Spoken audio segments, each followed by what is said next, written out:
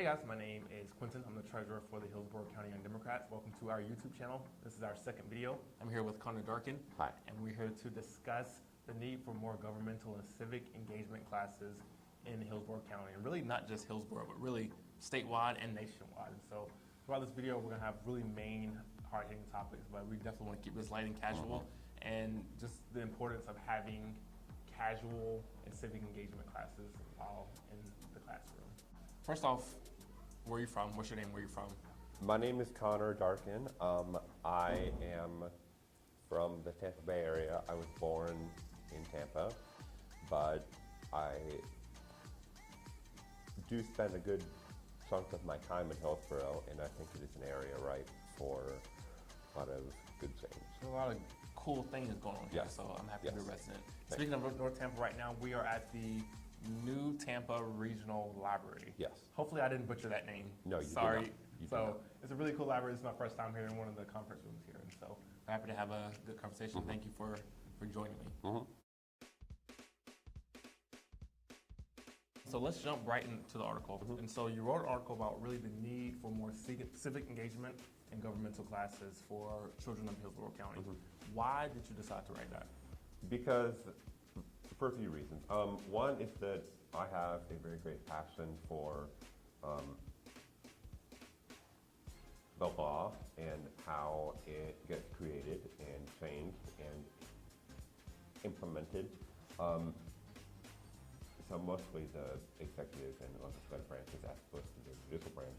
And I want to work in that area. You actually talked about that in the very beginning of the article. You start off with a couple of hypothetical questions that most Hillsborough County residents or Hillsborough County students wouldn't be able to answer. So simple questions like, how does this bill become a law? Or would they be able to create the law themselves? Who governs us? Like simple questions like that. A typical student, unfortunately, wouldn't be able to answer that. Some students maybe would be able to answer the basics of that because they're taught, it's a rule to be taught the basic elements of that, but it takes part of probably only one semester, and the most basic part, the most deepest parts aren't taught, which is, in my view, writing a bill, writing an amendment, That's writing really the most administrative important. order. That's like the foundation almost, and you go up from there. If you are taught the most basic parts, it can go in and out of your head, and then when we're faced with a government shutdown, Like now. yeah, like we've had like 2.5. You don't know exactly why that is. And we can no longer rely on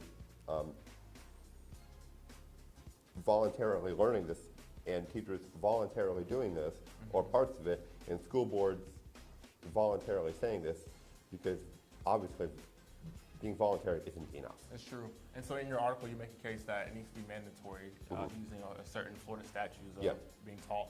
Let me get the specific Florida statute. I want to make sure I don't murder this.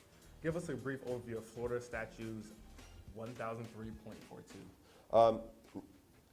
Chapter 1003 and a few others, starting I think from 1000 on to like 7, are basically all the education code. And this, and the section is basically a bunch of stuff that the state says schools have to teach children, which is a bunch of stuff. So that is the most basic area that the state of Florida could say, if we want to change what we mandate 67% of school boards teach kids, that's where we're going to put it. What age should they start learning these things? What's a good age that you think that people would be able to grasp At the start of it would, I think, be in middle school. I think it would be a long process going through all of middle school and all of high school. I don't think in elementary school you're really very equipped. Maybe to, they're a little bit too young to yeah. grasp. Maybe simple versions, like you mentioned the Schoolhouse Rock videos. Yeah, those that would be a good needs to entry be. for those. Yeah, that is a good starting point. I love those videos. However, it puts forth a very idealized version that doesn't really talk about the role that lobbyists and political parties play. Yeah. And Well, that's not necessarily, I don't think necessarily a bad thing. No, Especially like no. Schoolhouse Rock, those videos are catered towards young people. yeah, So if you start going towards yes. lobbyists and things like that, you may that lose is the audience. yeah, that is a very good basic version. But part of this being mandatory and expanded is that you have to build on that. You have to go into the darker points because otherwise we're not going to know anything. Exactly. You have to go below the surface Yes. and get like the Yes. hard hitting. Yeah. One of the things that you also advocate in your article is having mock trials. Yes. Talk more about that. How would students benefit from having mock trials in the classroom? Students and teachers, honestly, would benefit from having mock participatory exercises in the judicial branch because, well, for one, any one of us can be called upon to be a member of a jury in any kind of trial, in county, state, or federal. It's pretty complex. You have juries and lawyers Yes, and judges. and then it helps if you have an understanding of the procedures that lawyers and judges use, because you can be arrested, you can be called upon to be a witness, you can be called upon to be an expert witness, like to talk about something you know a lot about that is relevant to this. If you have any of these things happen to you, going through and knowing them as much as possible helps you try to get the best outcome for you and for everyone else. And sometimes, rarely, this mostly happens in federal trials, a law can be struck down as unconstitutional, or judges can give their opinions on a part of a law or part of a executive regulatory code. And knowing how that works is very helpful to knowing how to make that happen if you want it to happen. Exactly. You have to know essentially you have to know the inner workings Yes. of how Yes. government and all those things work Yes. to actually be a good player Yes. in that. That's pretty good. What age should that start? That should be reserved for high school students, or you think I lower? would, yeah.